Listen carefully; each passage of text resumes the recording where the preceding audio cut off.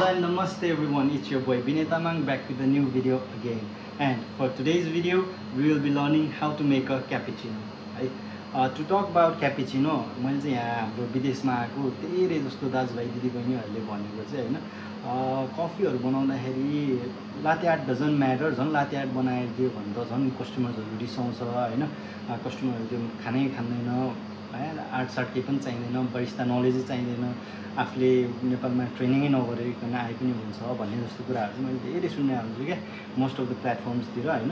तर मैले यहाँ आएर बुझ्दाखेरिको कुरा हैन त्यस्तो चाहिँ होइन।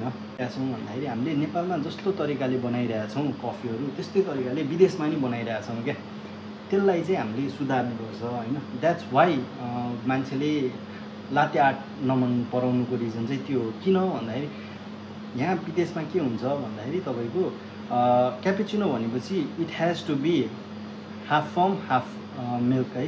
तर नेपालमा के हुन्छ भन्दाखेरि नेपालमा चाहिँ युजली हामीले बनाउँदाखेरि मैले बनाउँदाखेरि या अरूले बनाउँदाखेरि के हुन्छ भन्दाखेरि हामीले लाते आर्टै बनाएर पठाइरहन्छौँ। त्यसमा हामीले मिल्क फर्महरु के कति दिने के कति नदिने हामीले त्यो कुराहरु के पनि गर्दैनौं। बेसिकली हामी पनि न्यू बिगिनर बेरिस्टाजहरु हुन्छ अनि जाम लाते आर्ट अब त्यही त हो नि, पहिलाको एनर्जी नै डिफरेन्ट हुन्छ नि त। क्यापुचिनो आए पनि लाते आर्ट। अनि नेपालमा एक त के छ भन्दाखेरि हाम्रो जुन कफी कन्ज्युमर्सहरु हुनुहुन्छ हैन उहाँहरुलाई पनि थाहा छैन के डिफरेन्स बिट्विन लाते एन्ड क्यापुचिनो हैन।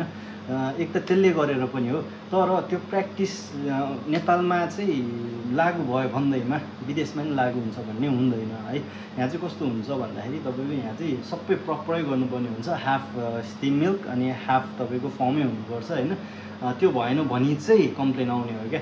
अनि हामीले अब यहाँ आउने बित्तिकै झ्याप आटा हानेर पठाइदिन्छौँ, कस्टमरले फिर्ता गरिदिन्छ है। हामीले चाहिँ केमा ध्यान दिनु पर्यो भन्दाखेरि चाहिँ हामीले जहिले पनि विदेशमा आएपछि क्यापुचिनो भनेपछि चाहिँ हाफ फर्म र हाफ मिल्क चाहिँ दिनै पर्ने हुन्छ।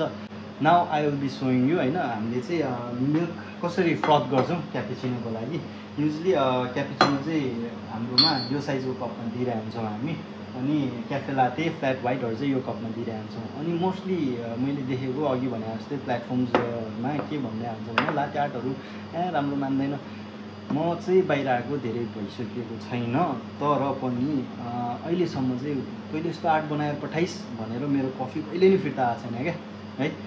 Weather it is animal pattern or whether it is basic pattern, हामी चाहिँ के गर्न खोज्छौँ भन्दाखेरि अब एक त कस्टमरले मागे हुन्छ क्यापुचिनो, अनि त्यो क्यापुचिनोमा सी हर्स युनिकर्न बनाएर पठाउन खोज्छौँ।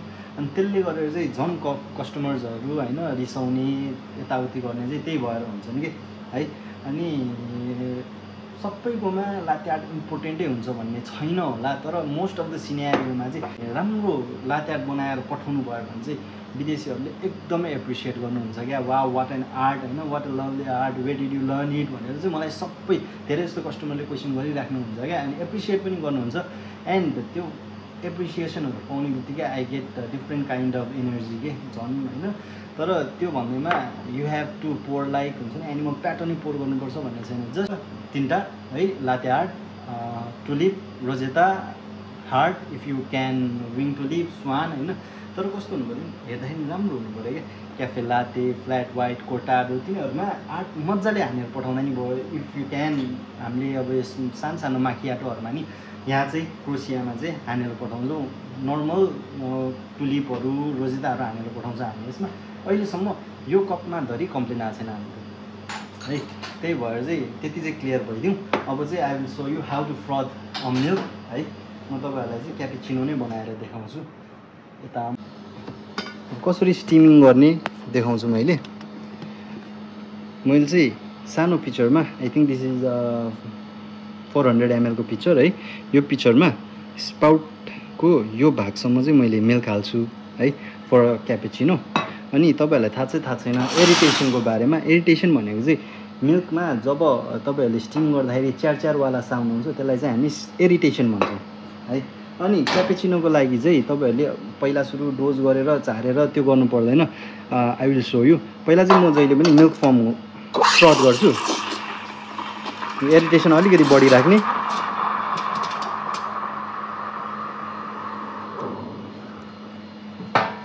मिल्क फर्म बिल्डअप हुन्छ है। यसलाई एकचोटी स्रोल गर्ने मजाले।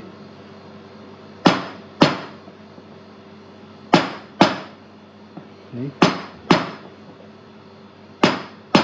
हेर्नु सक्नुहुन्छ तपाईहरुले मिल्क फोम मजाले जमिसक्यो कि अब बल्ल तपाईहरुले चाहिँ यतातिर आएर एक्सप्रेसोको लागि रेडी गर्दा हुन्छ है त्यो भन्दैमा हामीले यो चाहिँ मिक्स गरिराख्नु चाहिँ छोड्नु हुन्न फेरि तपाईको मिल्क र मिल्क फोम छुट्टिने काम गरिरहेको हुन्छ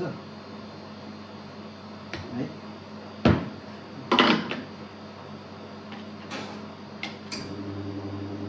मेरो एक्सप्रेसो झर्दैछ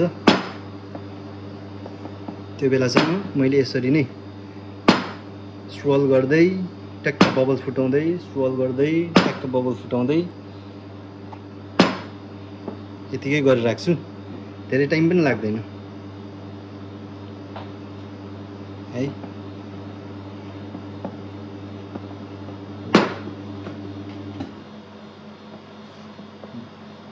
अब let's make a cappuccino क्यापुचिनोमा art भनेको हुँदैन है फर्स्टमा तपाईले कप पुरै टिल गरेर साइडबाट हाल्दा नि हुन्छ अगाडिबाट हाल्दा नि हुन्छ साइडबाट हाल्नु भने चाहिँ मिल्क फोम यसरी जान्छ मजाले मिल्क फोम हाल्ने स्टप राख्ने एकचोटि फेरि अनि यसरी हालेपछि चाहिँ बलुन जस्तरी फुलेर आउँछ यो है यस्तो हुन्छ र this is how you can make a cappuccino है त्यही हो लाटे आर्ट इम्पोर्टेन्ट होइन क्वालिटी म्याटर्स हो है मलाई चाहिँ त्यस्तो लाग्छ लाटे आर्ट तपाईँले बनाउनु भयो भने कस्टमर्सहरूले राम्रो भयो भने डाइरेक्टै हुन्छ नि एप्रिसिएट गर्नुहुन्छ मुखैमा एप्रिसिएट गर्नुहुन्छ र विदेशीहरूको के छ भन्दाखेरि नराम्रो लाग्यो भने नि मुखैमा भन्ने बानी छ क्या हो अब त्यो गल्तीहरूलाई चाहिँ आफूले सुधार्दै लाने होइन अब त्यो मिस्टेक्सहरूबाट सिक्दै आउने र म चाहिँ एज अ प्रोफेसनल बरिस्ता के भन्छु भन्दाखेरि तपाईहरुले चाहिँ म भन्दिनँ कि एडभान्स लाटे आर्टै सिकेर आउनु एडभान्स ब्रुइङ क्लासहरु नै लिएर आउनु जस्ट अब धेरैले भनेको सुनेको आधारमा चाहिँ बरिस्ता कोर्सै चाहिँदैन क्याफेमा गएर आफै सिक्छ यस सिकिन्छ तर अहिलेको सिनेरियो कस्तो भइसक्यो भन्दाखेरि if you don't have any knowledge then it will be very very hard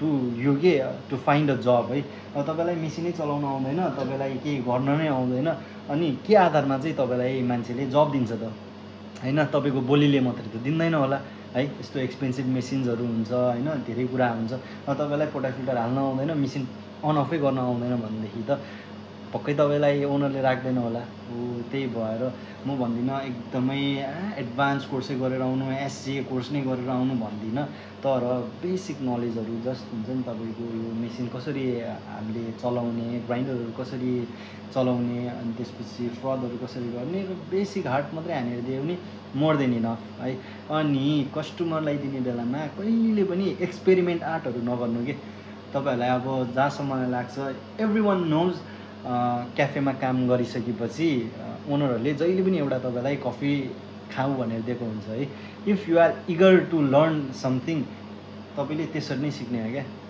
तपाईलाई एउटा दिएको हुन्छ त्यसमै एक्सपेरिमेन्ट गर्ने हो कस्टमरको कफीमा होइन मैले नि त्यसै गरेर सिकेको हो हैन मैले पनि पहिला नेपालमा हुँदाखेरि क्यापुचिनो भनेर क्यापुचिनो नै दिन्थेन है that's it that's all about cappuccino अनि मैले चाहिँ हाम्रो क्याफेमा आई थिङ्क मैले भन्दा नि हाम्रो क्याफेमा चाहिँ क्यापुचिनो यसरी दिन्छौँ माथिबाट क्यापुचिनो फर्म भयो माथिबाट यसरी